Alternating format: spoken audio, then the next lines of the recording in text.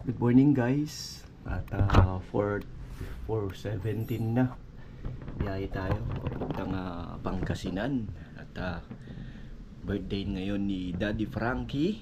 At sana makarating tayo ng maayos at walang naging aberya sa pagbabiyahe. So magmumotor lang ako guys at mag-isa lang ako. At kaliligo ko lang para siguro mga 8 or 9 nandun na tayo.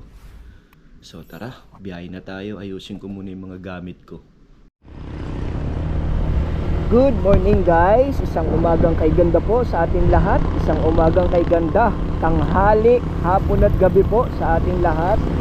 So kamusta po kayo? So for today's vlog guys ay meron tayong pupuntahan, isang kaibigan na nagdiriwang ng kanyang kaarawan ngayong araw. At blessing na rin ang kanyang shelter. So na-invite naman po tayo at hindi po tayo pwedeng mawala dahil alam nyo na at in-invite tayo ng personal.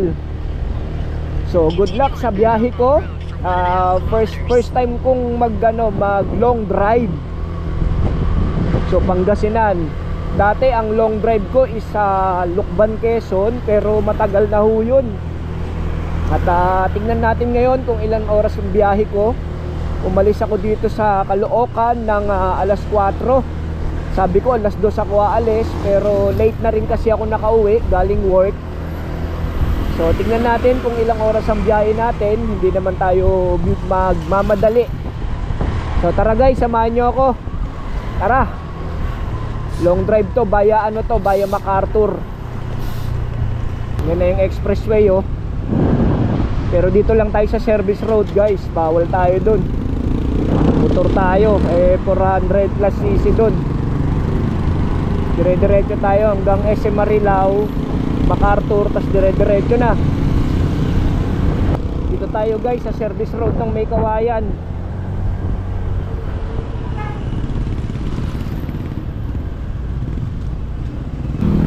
Kaliwa tayo dito guys.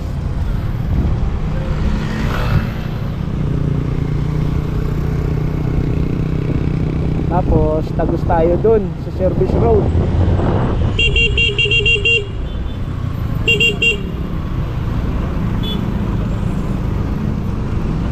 Dito lang tayo sa service road. Expressway yan eh. Dito na tayo guys. Lumabas na ako ng SM Marilao. MacArthur na to. Dire-diretso na to hanggang Giginto. Tapos mag U-turn ka sa ilalim papuntang Mabalacat. Guys, Pampanga na ako. Ayan oh. Pasok na tayo Pampanga.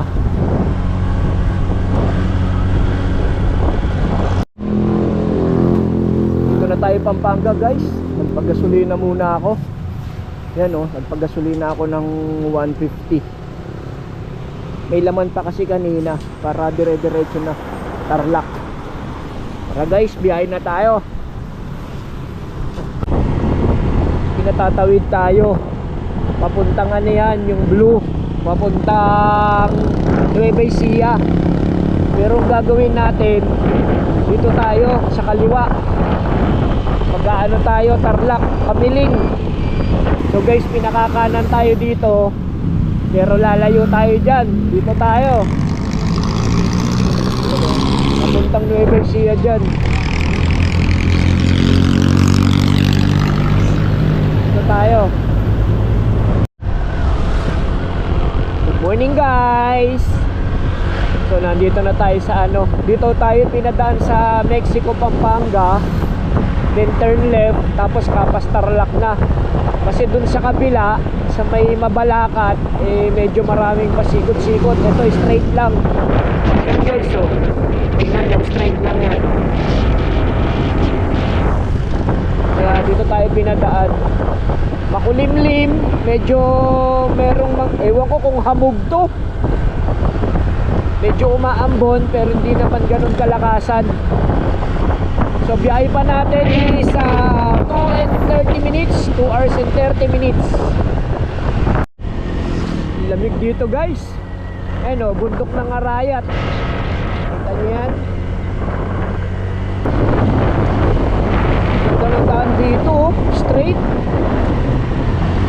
Sico, Pampanga, Barangay San Juan.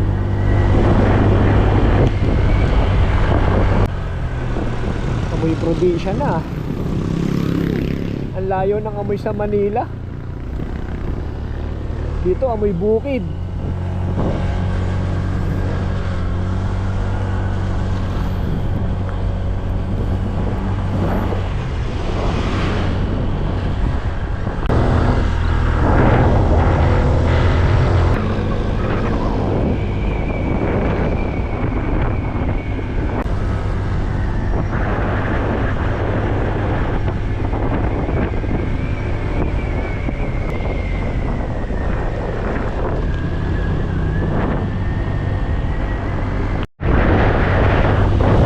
Tayo sa Kapas.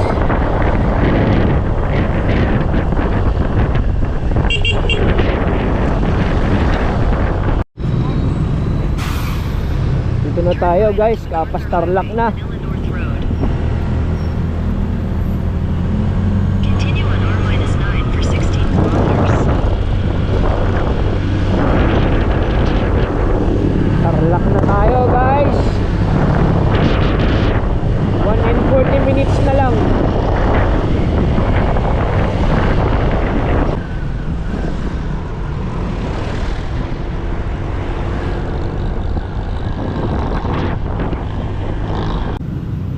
So guys, nandito na tayo sa Luisita.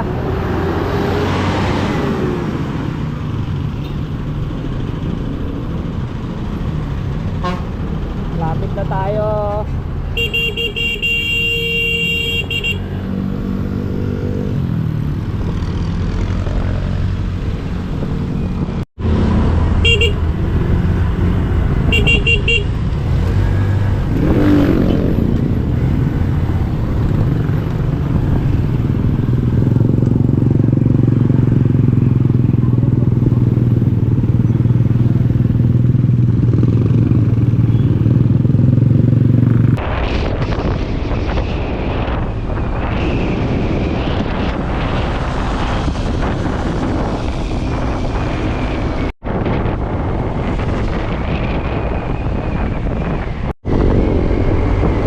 Dito na tayo guys, Santa Iglesia.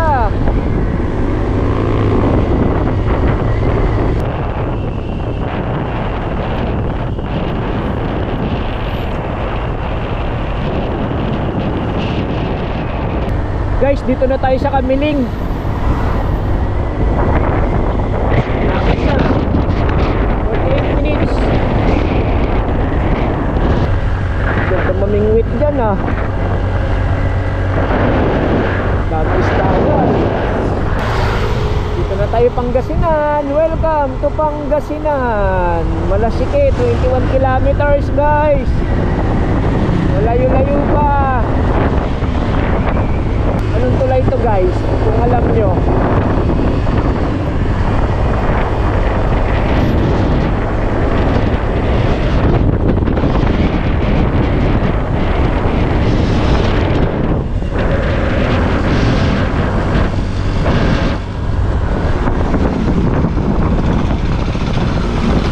Ito yung nakikita ko sa Google Map oh. Lapit na tayo.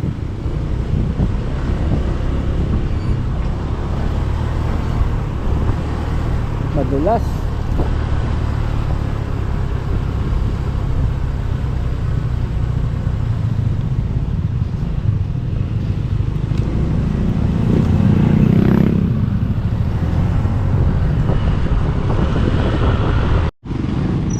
Bayambang na tayo guys. Lapit na. Sunod na ang bayan nila Daddy Frankie.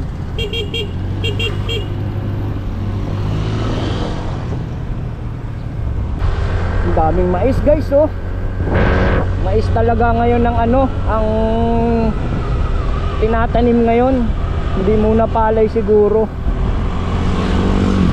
So papunta na tayo ng ng bahay ni Daddy Frankie sa shelter. So let's go.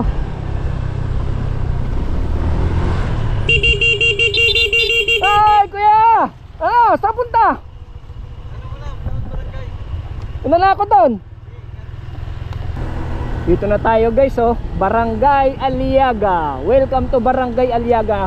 Nakasalubong ko na guys si Kuya Sam. Sakay niya si JR. May pupuntahan pa kaya diretso na ako dito.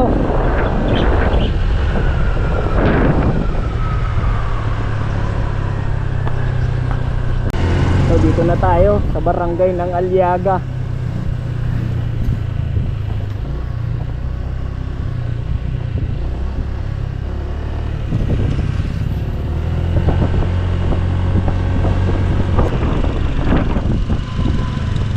Thank you, kuya.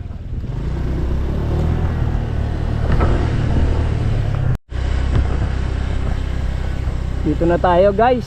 Ayan yung pinagagawa niyong bahay, oh.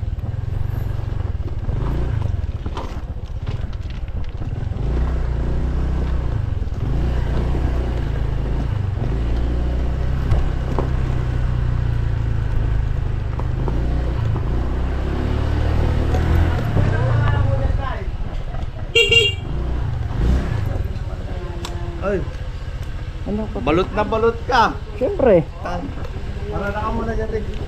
Boss Chano, I love you. Grabe naman.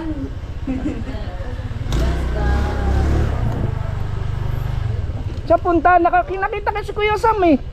Oh, Kasama niya si Papa-inject si Sige, asitasan mo si Rick. So yun guys, ito yung mga cake ni Daddy Frankie. Yan, oh. Thank you very much kay Ma'am Medalwina Kiambao. Yan, sa Team Saltik, Team Soldier, kay Ma'am MK galing. Yummy! Tapos ito pa, oh.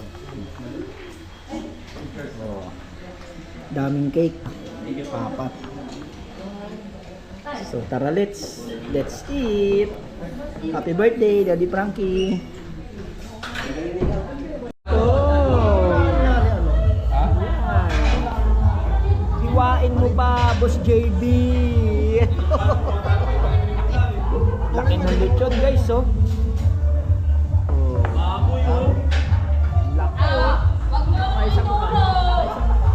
Oh, kumain ka. Dito tayo sa mukha. Ayan. Wow. Lutong, oh. Wow. Lutong, guys, oh. Pero iwas tayo dyan, guys, kasi medyo tagilid tayo dyan. May edad na tayo. Kaya bawal. Sir Rick, para sa'yo, Sir Rick. Good. Kumain ka ng balat. Pass. Pass. Thank you, Boss JB. Uy! Ano yung ballpoint? Ate Jelay! Ikaw kasi Ate Jelay, no, ang wife ni Ballpoint Man.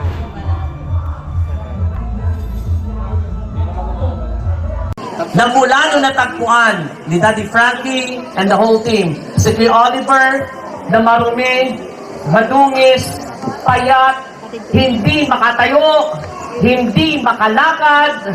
Pero ngayon mga kaibigan, sa tulong po nila at sa tulong ng ating Panginoong Jesus, yung Oliver na dati na naglalakad pa upo lang, nakatayo na, nakapaglalakad, malusog, nakapaglalaro na ng basketball.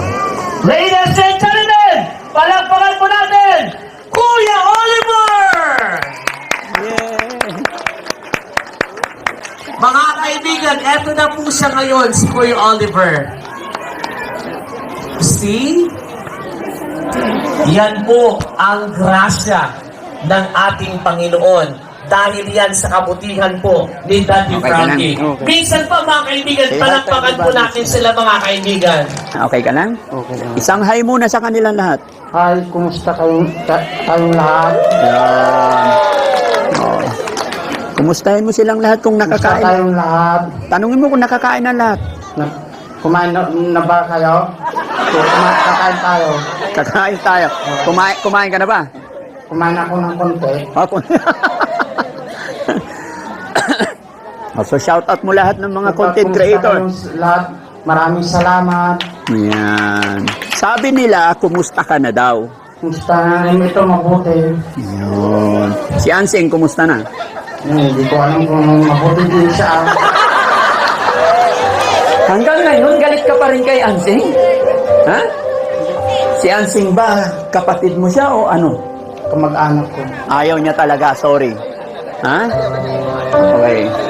Hindi po biro-biro yung pinagdaanan namin ni Kuya Oliver. Nung nakita ko po siya, sobra. Mas mabuti pa po yung baboy. Pinapaliguan everyday. Pinapakain twice a day. Pero si Kuya Oliver, si God po ang may paraan kung bakit nagpatuloy siyang mabuhay. Dahil pinapakain siya kung maalala lang. Una ko siyang makita mga kababayan, hindi ako iyaking tao. Pero talagang napakasakit. Durog na durog ang puso ko. Mga kababayan, lahat po ng mga kapanood nito, lahat ng nandito, sit down ka lang, be. Yan. Yan. Lahat ng mga kapanood at lahat ng nandito, pinakita ko po sa inyo si Oliver. Personally, makita nyo. Hindi po para ipagyabang. Hindi para pagkakitaan. Gusto ko pong ipakita sa inyo at patunayan sa inyo kahit sino. Ako, kayo, lahat po tayo, kaya natin tumulong kahit sa maliit na kaparaanan. At maniwala po tayo, napatunayan ko na rin po na habang may buhay, may pag-asa. Alam nyo kung bakit ko nasabi yun mga kababayan, mga kabarangay. Si Kuya Oliver, sinukuan na ng pamilya. Kaya po siya kinulong sa likod ng bahay. Nung natagpuan ko po siya, sobrang haba na ng hair niya dito, naliligo ng sarili niyang dumi, umiinom, kumakain ng sarili niyang dumi. Kung ano yung madukot niya sa labas ng kanyang kulungan, mapasariwang dahon ng damo, kakainin niya dahil sa kanyang gutom. Pero dahil sa awa ng Panginoon, dahil gumawa si God ng mga taong magiging tulay para magkakilala kami ni Kuya Oliver. Isa na dyan si Ballpoint Man. Alam ko nandyan si Ballpoint Man. Shout out sa'yo, men. Sa Karen Hero. Mga kababayan, lalong-lalo na sa kagaya pong charity vlogger, wag po sana tayong magsawa. Wag sana tayong mapagod. Tuloy-tuloy lang po tayo. At syempre,